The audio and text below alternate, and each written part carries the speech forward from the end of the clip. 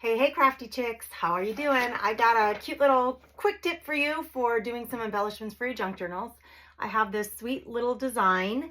It's for the Junk Journal Jamboree in December, and I want to use it in my book, but I want it to be heftier and I want to make it a flip. So I'm going to fold this over on a page and make it a flippable element in the book. So I have some heat and bond, I've got my sweet little graphic, and a piece of fabric. And we're going to make this work. So the first thing I need to do is cut the heat and bond to the same size as the project. So I'll put my image, my graphic on here, and we're going to cut this down.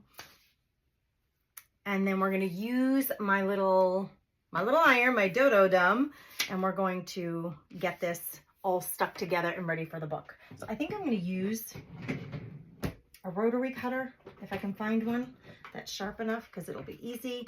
I don't need this to be perfectly sized. I just need it as close as possible. So that works to just do a quick uneven cut. It's totally fine. If you hang out with me for any length of time, you'll see I am not a perfectionist. I'm a recovering perfectionist. I try not to stress myself out over stuff like that. And with junk journaling, it's really quite a good craft to take on if you're trying to adopt a more relaxed way of crafting, because let's face it, a lot of what we're using is junk, so it's okay. It's okay if it doesn't turn out perfect. All right, we are sealing in the heat and bond on the back of the image.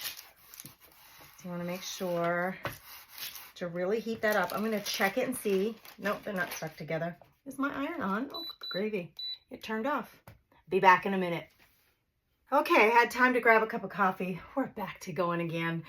It's finally heated up again. We are going to, like I said, connect the heat and bond, the heat and bond to the graphic, okay? It's just a piece of parchment paper to protect my iron from any runaway glue, as they say. Well, as I say. Here we go. It's this easy, you guys. It's like the iron-on decoupage method, but we're using the heat and bond product. It comes in both temporary and permanent. I used to use this back in the day when I quilted for applique, but it works really good for paper crafting too. So now let's check and see if this worked. It should. See how that kind of stuck to the paper? That's the glue. That's what the glue, no, it's not nearly stuck enough. Let's try again. I'm going to go down to one.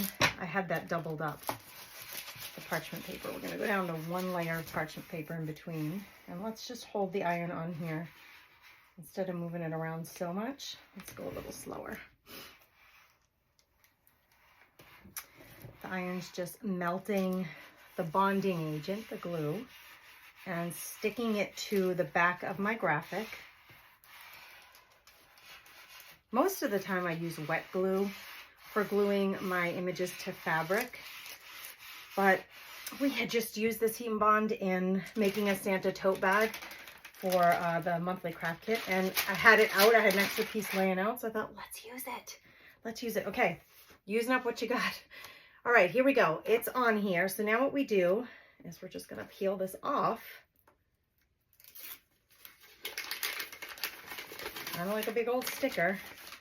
Okay, so now we have the glue. You can see it there, stuck to the back of the image, and I'm going to pull away. I don't need this excess glue where my torn edges are, so I'm just going to pull at it and pull off. I don't need all this excess glue.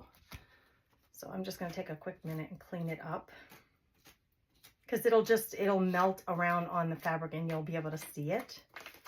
So you can see how easy it is to get it off. Oh, it's falling on my table. I have so much of it in my hand. Okay, let's get rid of that glue. Now we have our piece of fabric. I know my desk, I have so much stuff sitting here waiting to be put into this book. So wrong sides together. Wrong side of the fabric to wrong side of, did I get a piece of fabric that's too small? Did I? I want it to just fit. I don't want to see extra fabric on the outside of it. But this isn't even fitting, so we better go with a new piece. Boy, I thought I was ready for this, guys and girls, but clearly it's just not wanting to do what I say to today. Let's iron out this little bit of curl going on here. There we go. And again, I just want it to be as big as the paper. Not much bigger, just enough to hold the paper in place. So I need, and I like a rough cut, so rather than using my rotary cutter, I'm just going to tear. Because I like the worn edges. I really do. I like my edges torn and rough. I like my books to be very soft generally, but I really love grunge, and I love things to be used and abused. So I don't want things to be pristine in my books. I like grungy, and they're junk journals, and I think it's a really fun theme to have things be kind of junky. Okay, it doesn't mean it looks ugly, I promise you. There we go, same process.